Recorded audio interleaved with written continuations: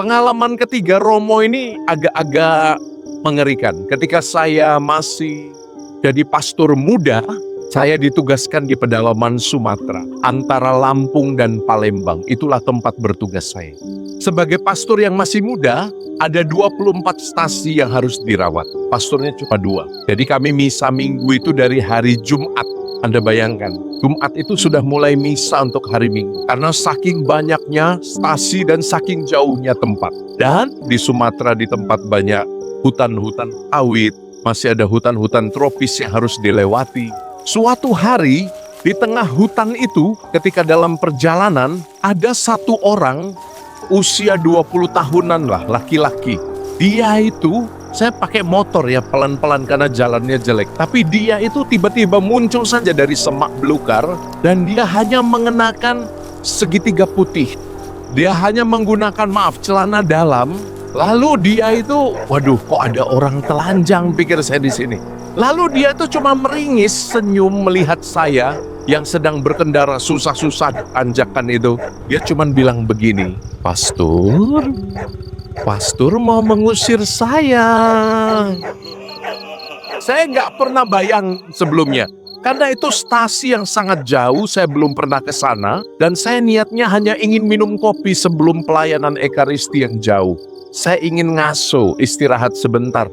Tapi kok ketemu orang cuman pakai celana dalam, putih.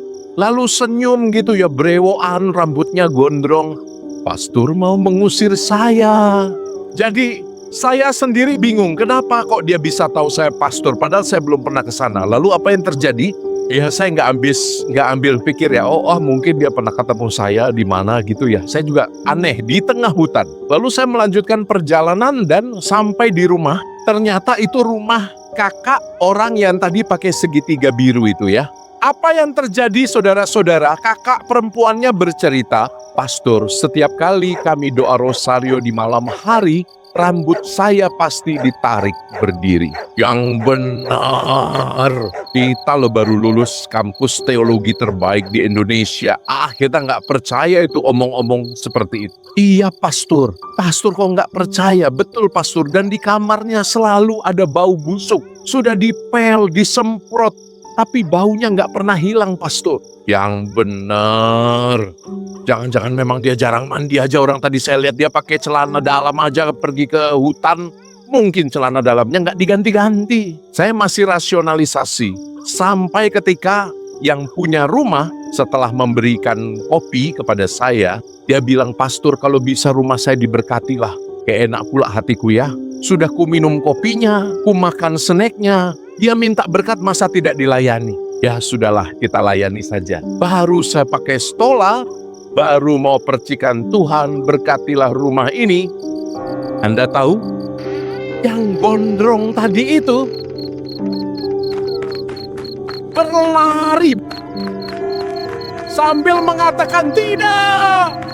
Dia berlari dari dalam kebun-kebun itu. Dia teriak, tidak, kau mau apa? Jangan kau usir teman-teman.